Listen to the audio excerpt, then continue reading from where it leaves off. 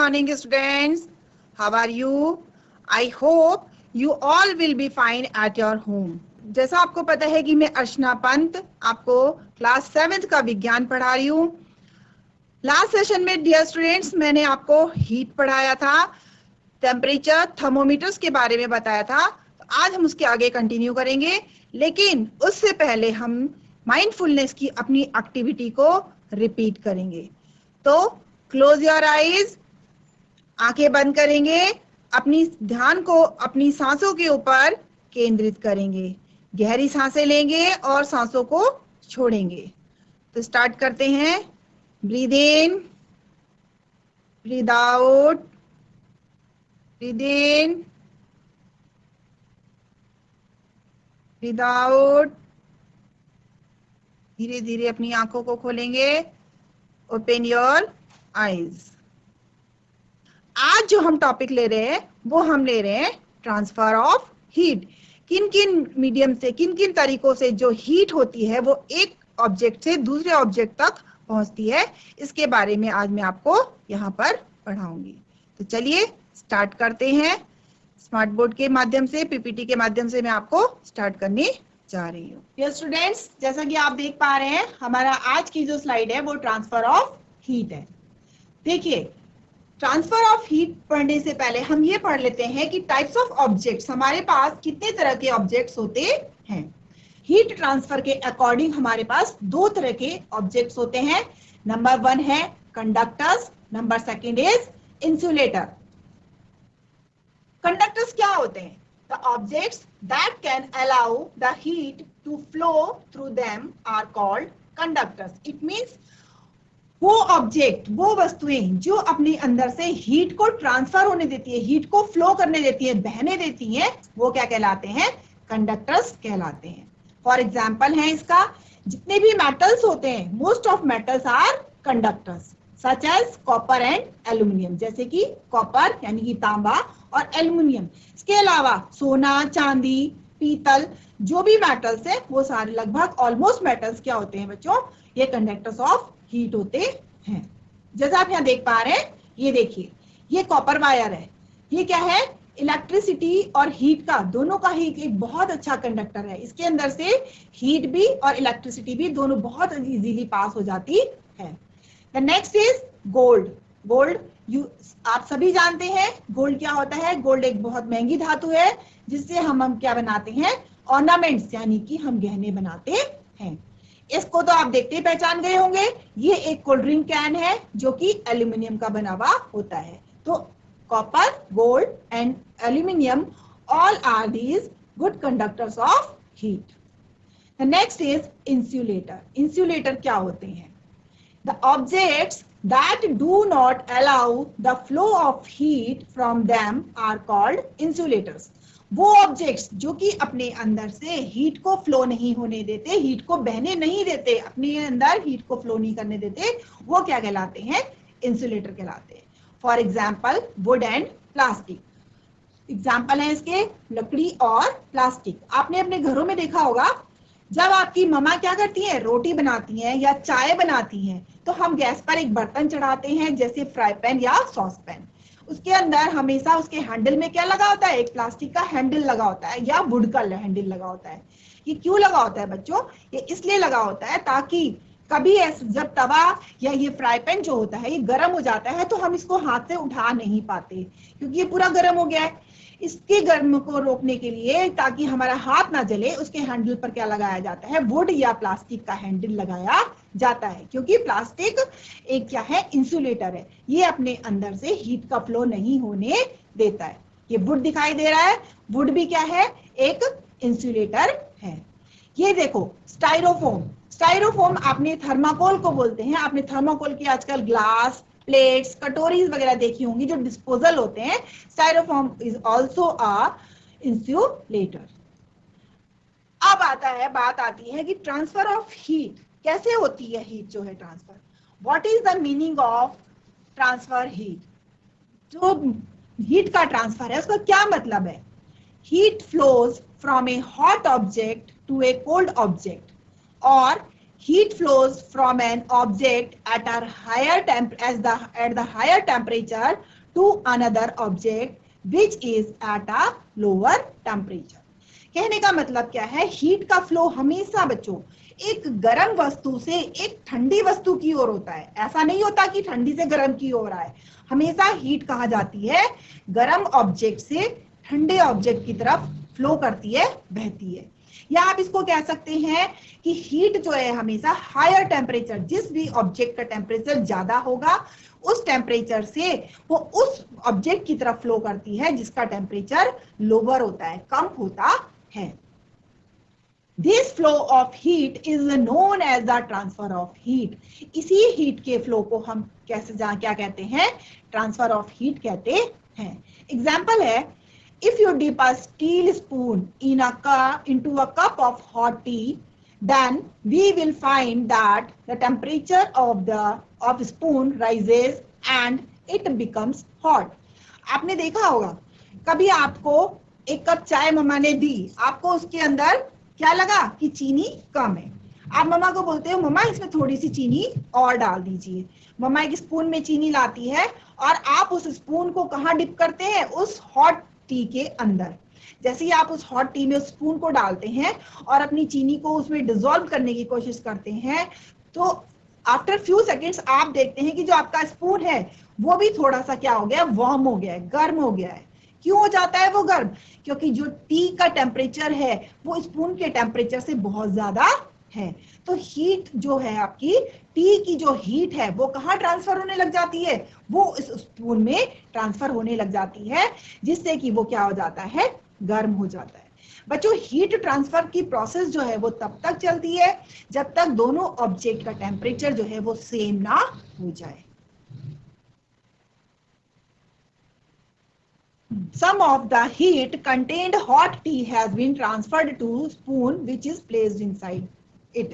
तो वही कि जो कुछ हीट है टी की वो कहाँ ट्रांसफर हो जाती है, स्पून में ट्रांसफर हो जाती है और उसको वो गर्म कर देती है। अब आती है बात ways of transfer of heat. Heat transfer के कौन कौन से तरीके होते हैं? तो बच्चों यहाँ पर हमारे पास हीट ट्रांसफर के 3 तरीके होते हैं। There are 3 ways of transfer of heat. Number 1 है कंडक्शन। कंडक्शन ये ज्यादातर सॉलिड्स में पाया जाता है। कंडक्शन जो हीट का ट्रांसफर प्रोसीजर है वो किसके अंदर होता है, वो सॉलिड्स के अंदर होता है। Second type of transfer of heat is convection. ये किसमें पाया जाता है, ये लिक्विड और गैसेस में पाया जाता है। Conduction is not possible in liquid and gases. इसके अंदर कौन सा प्रोसीजर पॉसिबल होता है, दैट इज कन्वेक्शन।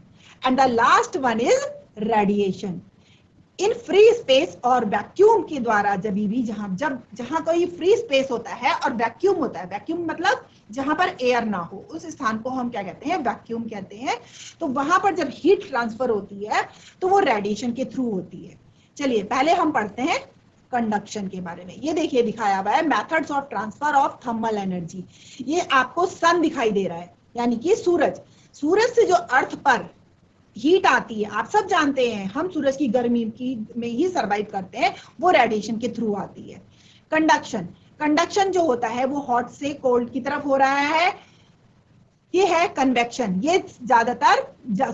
ये हमेशा किसमें पाया जाता है, लिक्विड में और गैसेस में पाया जाता है।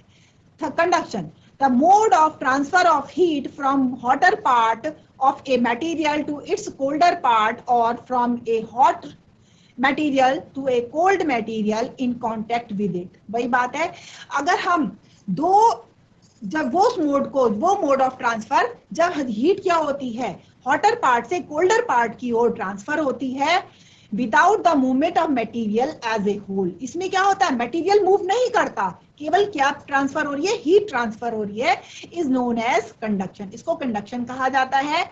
In all the solids heat is transferred by the process of conduction. सभी सॉलिड्स में जो है हीट कैसे ट्रांसफर होती है, कंडक्शन के द्वारा। आप देख सकते हैं बहुत क्लियरली, देखिए यहाँ पर ये एक लोहे की रॉड है जिसको एक ह्यूमन हैंड ने पकड़ा हुआ है। अब यहाँ पर एक फ्लेम जल रही है, इस फ्लेम से क्या हो रहा है, जो ये हमारी रॉड है इसको गर्म किया जा रहा है। जो पोर्शन आपको रेड दिखाई दे रहा है ये हीटेड पोर्शन है, क्या है, ये गर्म पोर्शन है। ये अपनी हीट को धीरे धीरे आगे क्या कर रहा है, जो उसके एटम्स है, मॉलिक्यूल्स है, वो क्या करते रहते हैं। बट बच्चों सॉलिड्स के अंदर एटम्स या मॉलिक्यूल्स अपनी जगह नहीं छोड़ सकते, वो एक जगह से दूसरी जगह पर घूम नहीं पाते हैं।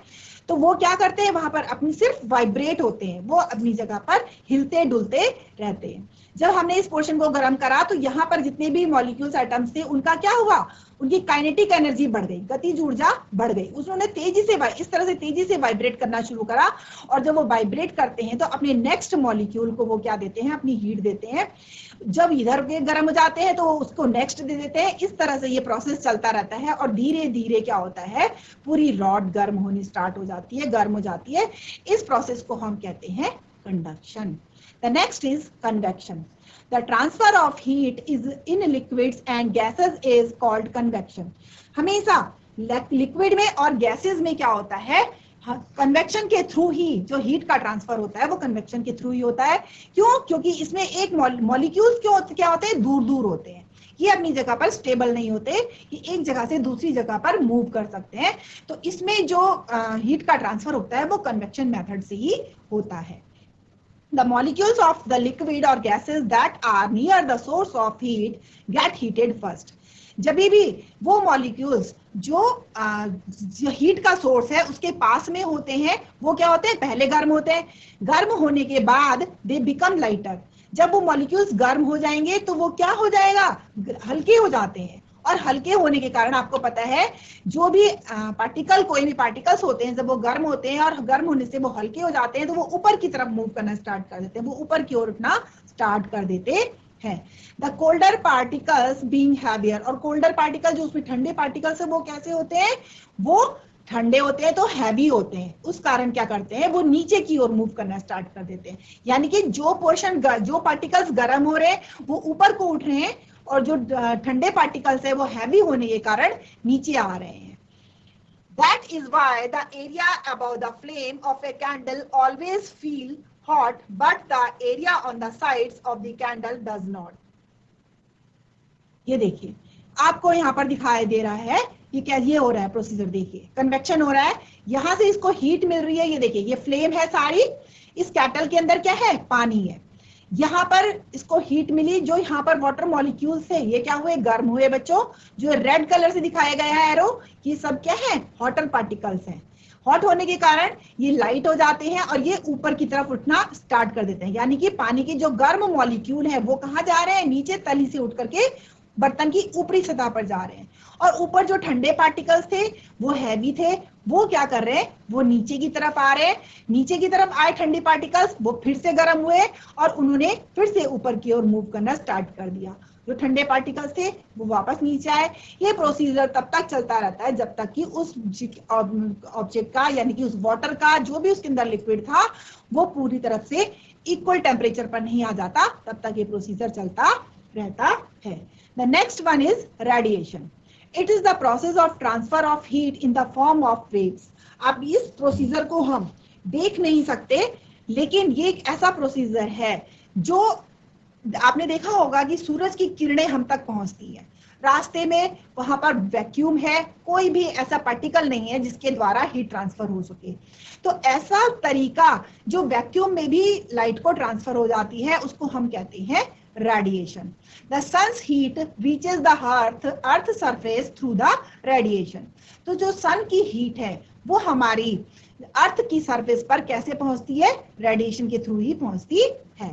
Every hot object radiates some heat into the environment.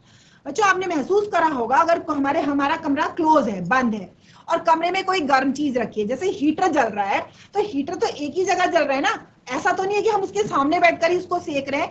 धीरे धीरे क्या हो रहा है, हमारा पूरा कमरा क्या हो जाता है, गर्म हो जाता है। तो और जितनी भी जो गर्म वस्तु है वो हमेशा अपने अंदर से हीट को क्या करती है, एमिट करती है, उसको बाहर निकालती रहती है। वो कौन सा प्रोसीजर होता है, वो रेडिएशन के थ्रू ही अपनी हीट को बाहर निकालती है। Hence, many times an objects get heated just by being near A hot object. इस कारण अगर आप किसी गर्म ऑब्जेक्ट के पास कोई ठंडा ऑब्जेक्ट रखा है, वो उसे टच भी नहीं कर रहा है, थोड़ा दूर रखा है, लेकिन आप देखते हैं कि थोड़ी देर बाद उसकी बॉडी भी क्या हो जाती है, वो ऑब्जेक्ट भी थोड़ा क्या हो जाता है, गर्म हो जाता है। इस फिगर से आप बहुत अच्छे से फाइंड आउट कर सकते हैं कि कहाँ कंडक्शन हो रहा है, कहाँ कन्वेक्शन हो रहा है, कहाँ रेडिएशन हो रहा है।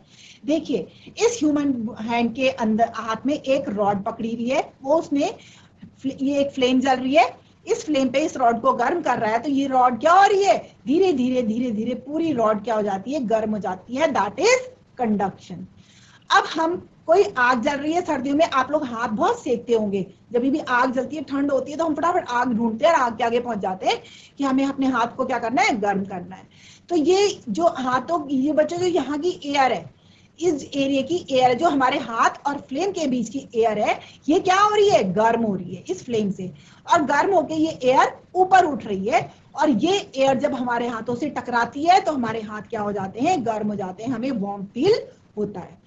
लेकिन आपने देखा होगा, अगर हम फ्लेम कोई जल रही है, आग जल रही है, उसकी साइड में भी अपने हाथ रखते हैं तो भी हमें जो है वार्म फीलिंग मिलती है, हमारे हाथ गर्म हो जाते हैं।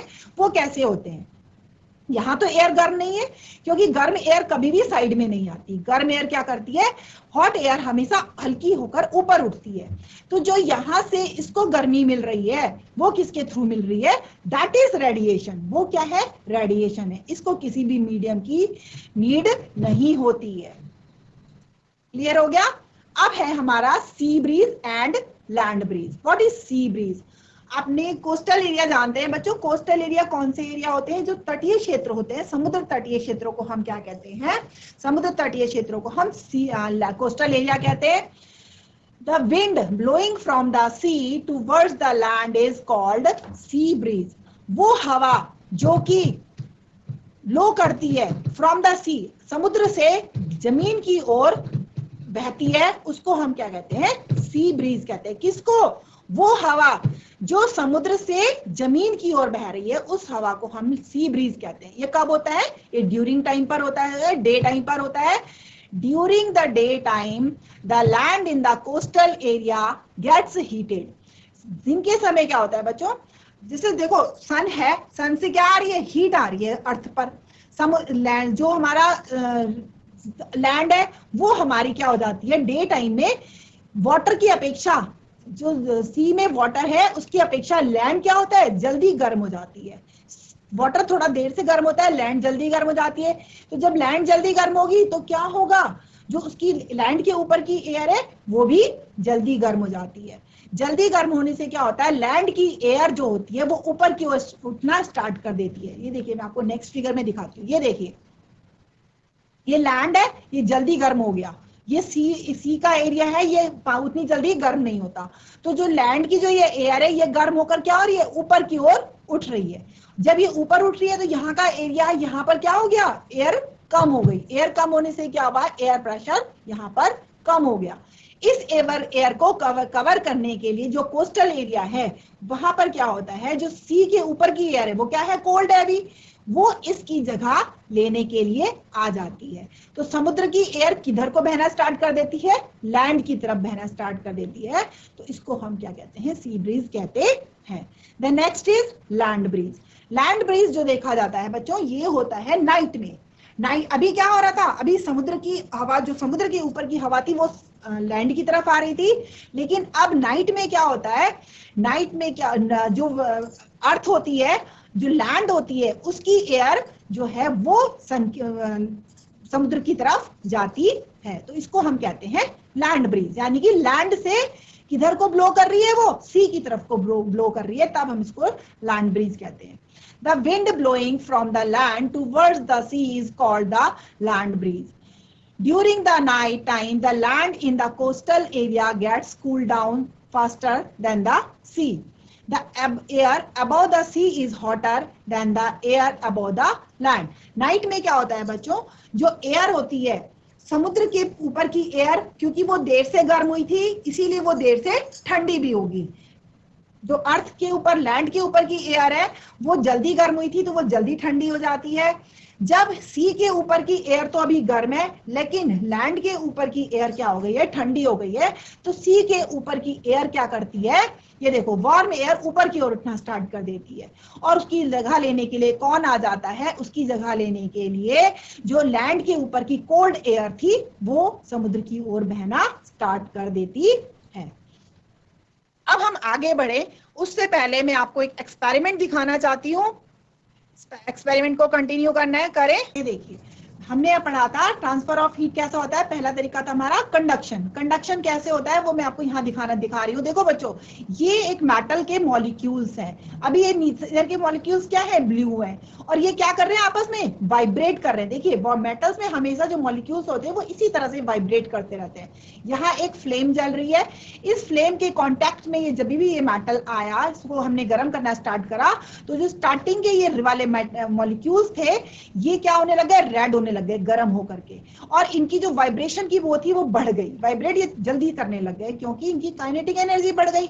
ये वाइब्रेट करते करते आगे के ट्रांसफर मॉलिक्यूल्स को अपनी हीट क्या करते जा रहे हैं, ये देखिए ट्रांसफर करते जा रहे हैं। आगे के जो मॉलिक्यूल्स हैं वो भी कैसे होते जा रहे हैं, रेड होते जा रहे हैं, यानी कि वो भी गर्म होते जा रहे हैं। तो ये था हमारा कंडक्शन ऑफ हीट का प्रोसीजर। अब मैं आपको एक प्रैक्टिकल करके दिखा रही हूं, that is convection of heat. आप बहुत क्लियरली समझ जाएंगे कि लिक्विड के अंदर कन्वेक्शन कैसे होता है। तो चलिए अब हम उस प्रैक्टिकल को करके मैं आपको दिखाती हूँ।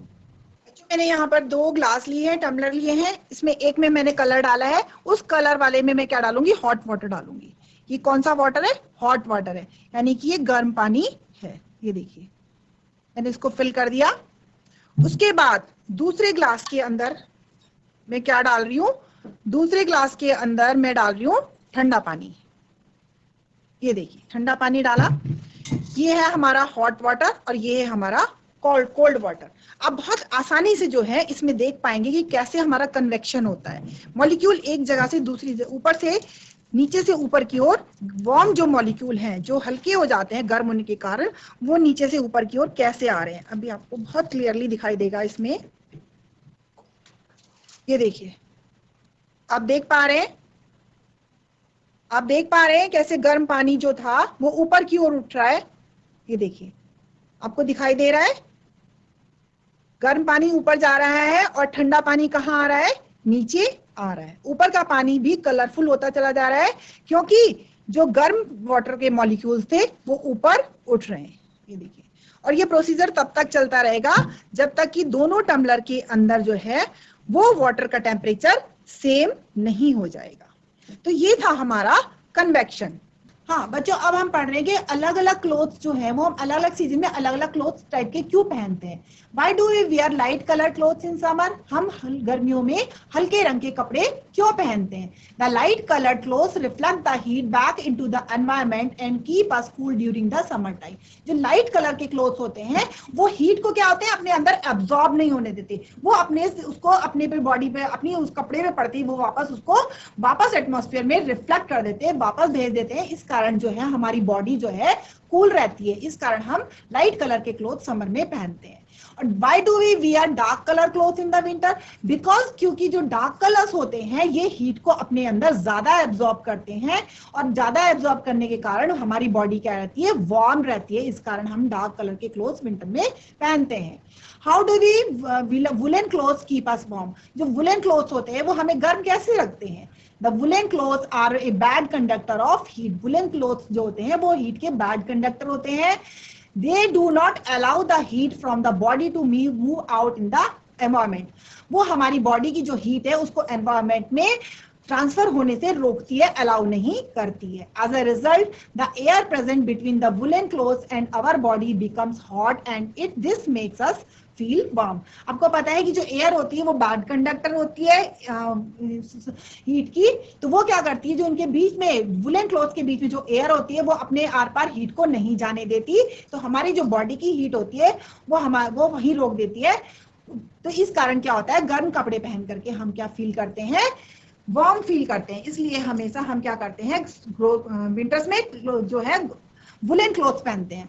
इसके अलावा बच्चों, अगर आप एक मोटा ब्लैंकेट लेते हैं और या फिर उसके कंपैरिजन में आप 2 पतले ब्लैंकेट ओढ़ते हैं, तो आप देखना आपको जो 2 पतले ब्लैंकेट ओढ़े हैं उसमें आपको कम ठंड लगती है, क्योंकि जो 2 पतले ब्लैंकेट के बीच में एक एयर की लेयर बन जाती है, वो क्या करती है, अपने बीच से एयर हीट को ट्रांसफर होने से रोकती है, जिस कारण हमें उन पतले ब्लैंकेट्स में जो है कम ठंड लगती है। इसी के साथ मैं अपनी बात को समाप्त करती हूँ। धन्यवाद।